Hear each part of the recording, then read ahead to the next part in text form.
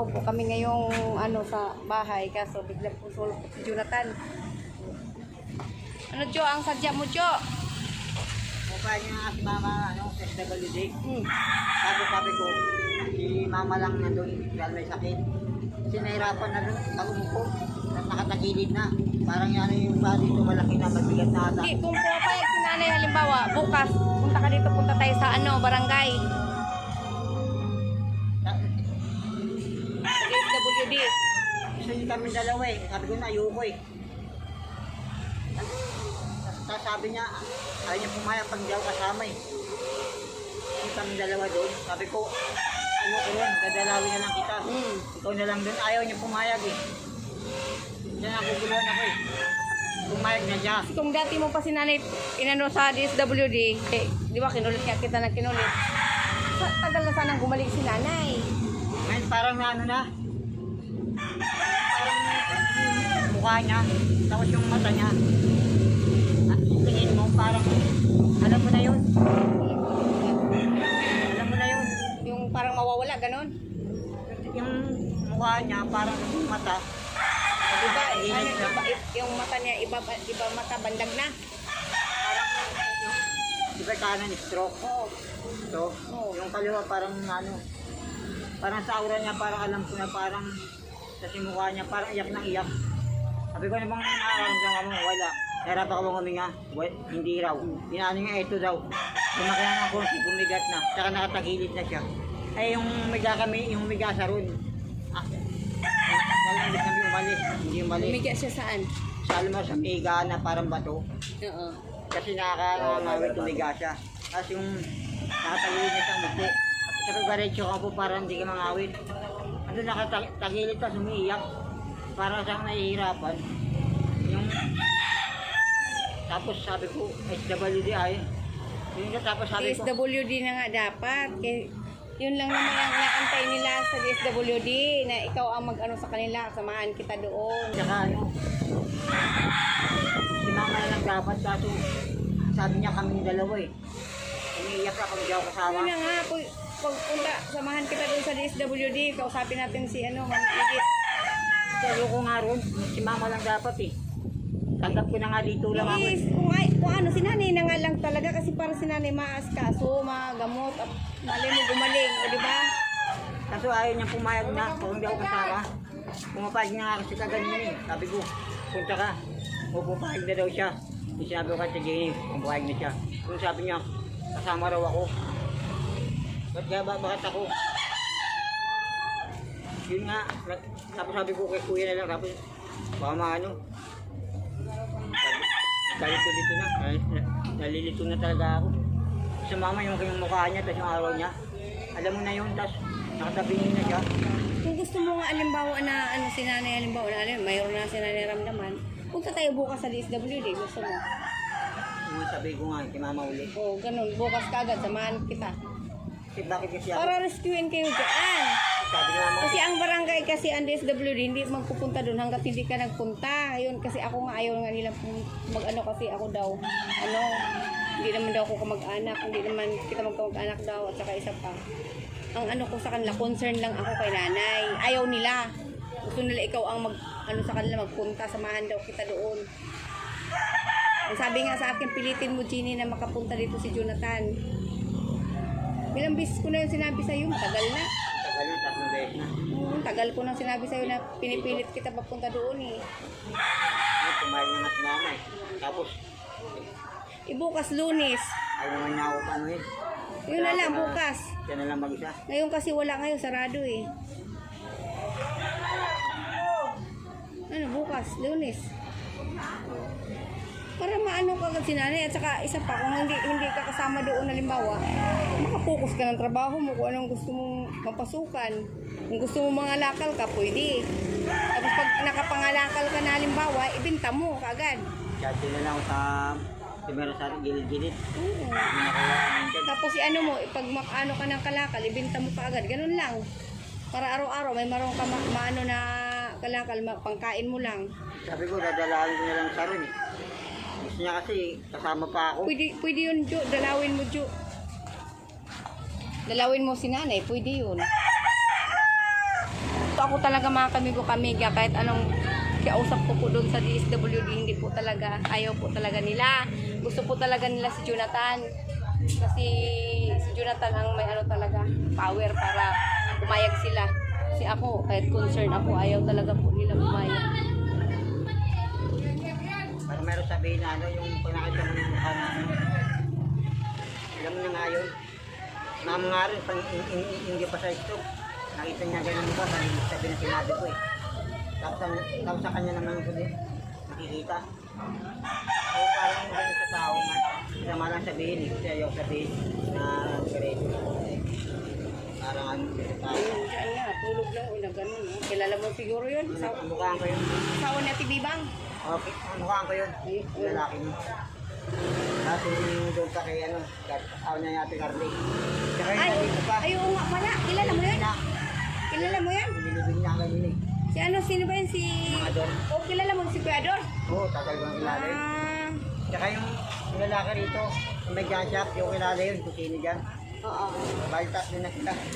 Kilala mo pala yung si ano, si... Tagal ko ang kilala yun. Kuya Ador pala, oo. Aling pa ako. Hmm. Nababarata ako yung mga anak ni Dini. Anak ni... asawa ni ano, Ate Carly. Dina. Oo. Mahal niya ano. Yun ang kakilala mo.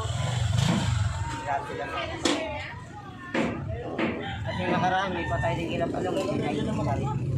Babae naman yun. Hindi sa may tabat nila balong sa Oo. baba. Nakita mo rin yun. Hindi yung kabaw lang. Babae din yun, babae. Bali, apat na. Tapos, yun nga. Oo, bakit yung narinig naman? Ganun na lang, Jo, ang gagawin natin, Jo. Kasi ano eh, kasi ako kaming dalawa eh. Mapayag na nga siya, ako payag na rin ako. Bakit ako? Kasama ako doon. Eh, Ang gusto ni Nanay Marita kasama ka. Kasama ako sa loob. Pasok. Sabi ko siya na lang, dadalang ako doon. Tapos ayaw niya pumayag. Kung daw kasama. Pumapayag na nga siya doon, kasama ako. Ako naman, ayoko mapunta rin. Ibang labo yung Bukas natin malalaman yan. Kausapin natin sa Ma'am Edith. Punta ka dito bukas. Kasi nakita ko nga dun eh, tagilid na eh. Ako nahihirapan lang. Sabi ko naramdaman mo, sabi niya wala. Yung paa lang daw. Alam? Yung paa, Ay, yung paa niya. sabi ko na. Malaki na yung paa niya. Oo, pero walang pumigas, sumubo. Parang sabihin ng tao ko eh. Hindi na diretso. Ano, tumabingi siya eh. Sabi ko, bumarek siya eh. Para hindi siya mahirapan eh. Siguro sa inuupuan niya yun. Tsaka yung ano niya rito, parang suso, yung parang gilid na namumula. Bumalik na naman. Sabi dito, tapos pinunasan ko ng basahan. Ano ang bumalik? Parang ano, parang sugat-sugat. May sugat na naman siya. Yung paa niya may sugat. Wala. Dahil, Jo. Yung paa niya may sugat, Jo. Wala yung apat lang. Dalawang singit lang. Ay, ibig sabihin yan, Bumalik na naman. pag hindi yan maasikaso, lalaki at lalaki yan. Oo. Sugat. Ano, tinuro niya sa akin, binitan ko. Tapos, tumahay. Tapos, nagwasa ko, naglipaw ko lang ba. At nakita ko yung binitan ko. Yun. Ano na. Sabi naman Ano yung natin, sugat? Benji, Yung sugat niya maliliit, maliliit. ito yung parang ano, kaya't balat lang namumula, maliliit. Pero lalaki pa rin yun, parang paltos, gano'n. Oo, yun yun. Parang paltos, parang paltos na may tubig. Oo. Yun, gano'n yun. Kanin, tatas ng dumi, hindi kasi nalilinisan kami papalit. Bumalik nga yun dito, ganun din yun. Kasi kung bumalik na rin dito, bumalik na. Pero wala kang sugat. Yung sa may kuko niya, galing na. Ako na ako yung galing. Ano ko? Hindi ni mama. Kasi nakasama pa ako. Okay na, pahad niya siya, pahad niya rin ako. Kung dati talaga ginawa mo yan, dapat dati mo pang ginawa yan, pumayag ka na, i-DSWD si nanay. Matagal na sana si nanay gumaling, nakalakad na yan. Ngayon, hirap na si nanay, hirapan na sa sarili. Pag umuupo na siya sa upuan, tagilid na po, hindi na po pantay po mga kamigo. Parang mabigat yung dito niya. Balikat. At saka dito. Tsaka binuhat ko rin parang mabigat na siya. Yung parang sa kuya ko parang ang bigat. May bigat na. Dati ang dam, kila mahirap pa lang. Diba? Ito. Magaan pa dati yan. Ay, bumibigat na eh. Parang alam ko na yun eh. Bumibigat. Pero wala pa naman, malakas pa naman. Kaso, Nagsasalita pa si nanay.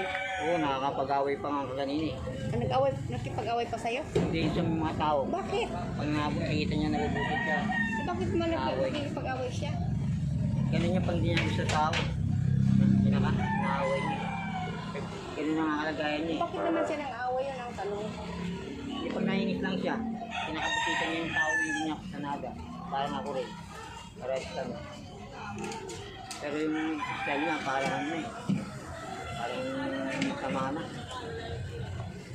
Bukas, kung gusto mo bukas si nanay, ano natin dun sa ano, mag-edit sa DSWD. Samahan kita, sama mo si nanay.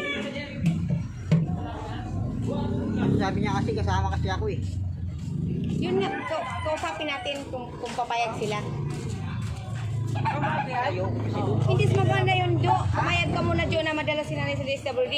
Pag nadala si nanay doon, pwede ka na doon mag-ano sa kanila na lalabas ka, ganun. Para si nanay nandoon lang sa loob.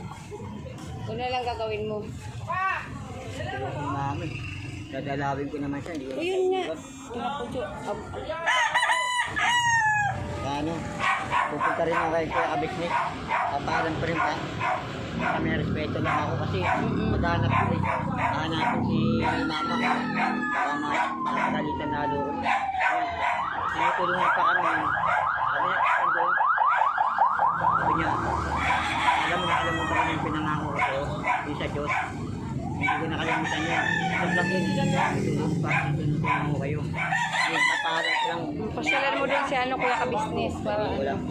puntahan mo doon. Tapos nga na. Bibig. Okay na. Sige, love you all mga kami po kamika. Sa mga nagmamahal po kay Jonathan, kay Nanay Marita po, si Ma'am Jim Summer, Manu, si QC, sa mga nagmamahal po sa kanila. Love you all sa ating lahat. Yan. Bukas, Jo, pupunta tayo ng barangay sa DSWD. Ha? Samahan kita doon para makausap mo rin sa Ma'am Edith, ha? Okay, love you all sa ating lahat. Abangan po natin bukas kung totoo po ang sinasabi ni Jonathan kung tuloy po ang pagpunta namin sa DSWD. Kapayag na daw po para kay nanay po mga kami. Jo, salamat ka sa mga pambili ng pagkain kay nanay. Ha? Kumain na kayo ngayon. Hindi ako lang. Kaya hindi. Ay kumain. Mamaya kain kayo, ha? Bilan mo si nanay yung magsabay, ha? Salamat po. Sa kayo ng sinabi po.